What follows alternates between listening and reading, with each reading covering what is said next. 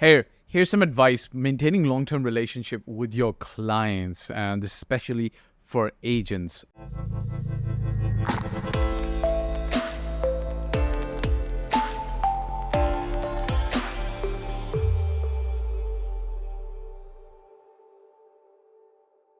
All right, guys, welcome back. Look, check this out. If you're looking to purchase a property in the Dubai market, there is a link below. You can click it, fill up the form, see if we're a good fit with each other, and then we can work together. Okay, hi.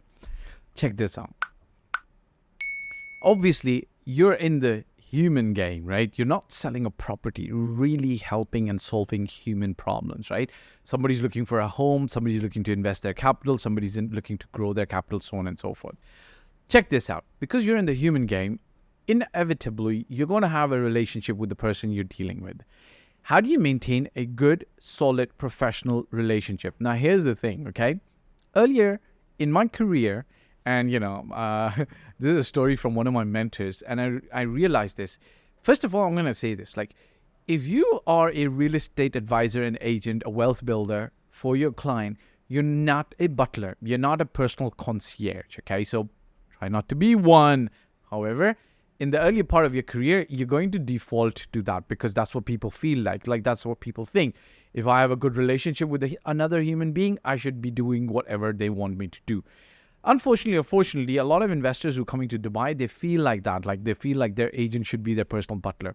And I think in the beginning, I might have operated like that. Like, I did not have very clear lines of boundaries with my clients as well. Like, I can't remember. I think I would have picked up one client, but he was a very special client. Like, we worked on a transaction for about 6 months, and I'm not going to talk about the money I made on the transaction, but I learned a lot on that transaction because I was dealing with him, many other investors. It was for me at that time, this 10 plus years ago, a deal that was more than 20 million dirhams was a big deal. Like I had not been working on deals that big at that time. So not only did I learned a lot, but then the boundary lines got blurred. Like, I would literally be seeing him because the transaction it took 6 months to complete. There's a lot of moving parts in the transaction. I don't want to talk about the transaction. I want to talk about the relationship.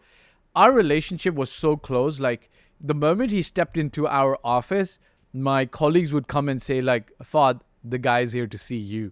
Like, they knew that guy, that they would see me with him walking through the deal transaction so often. They'd be like, yeah, he's here to see you. Bless him. Bless the guy. Bless him. Bless him.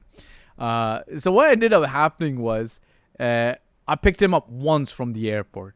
I believe this. I remember this.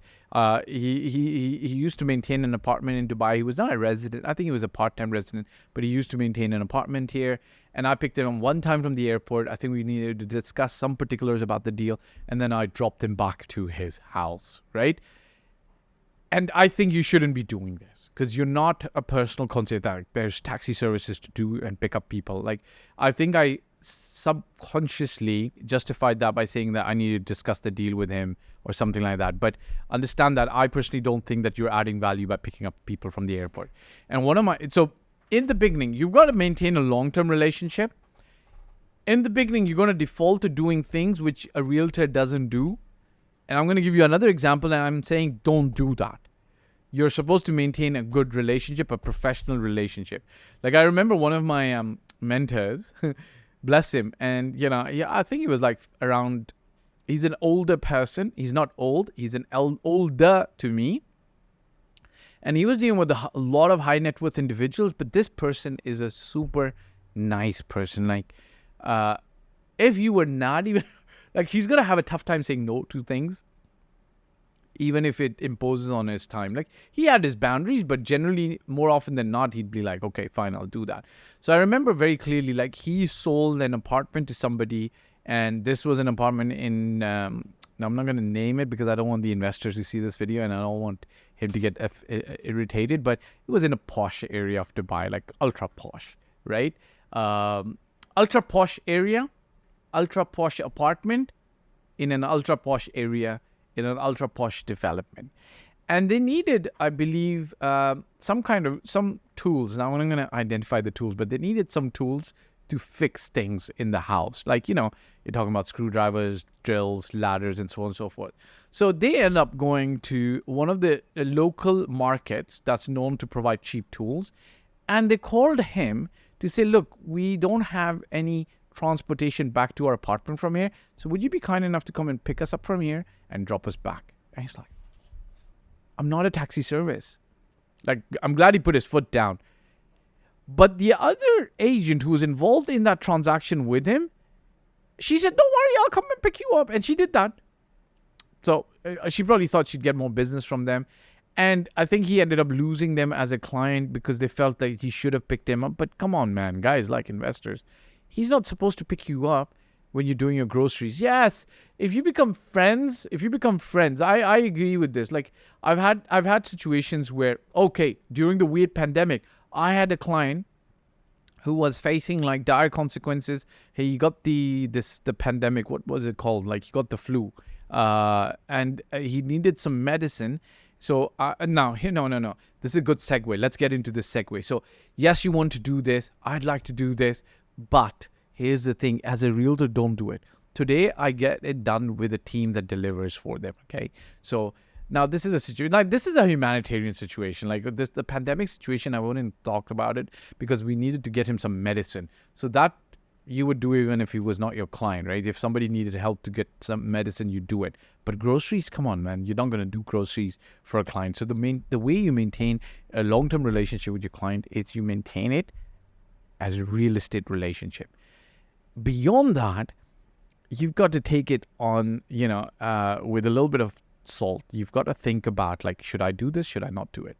You've got to be a little bit careful with the way you do other things with your clients, okay?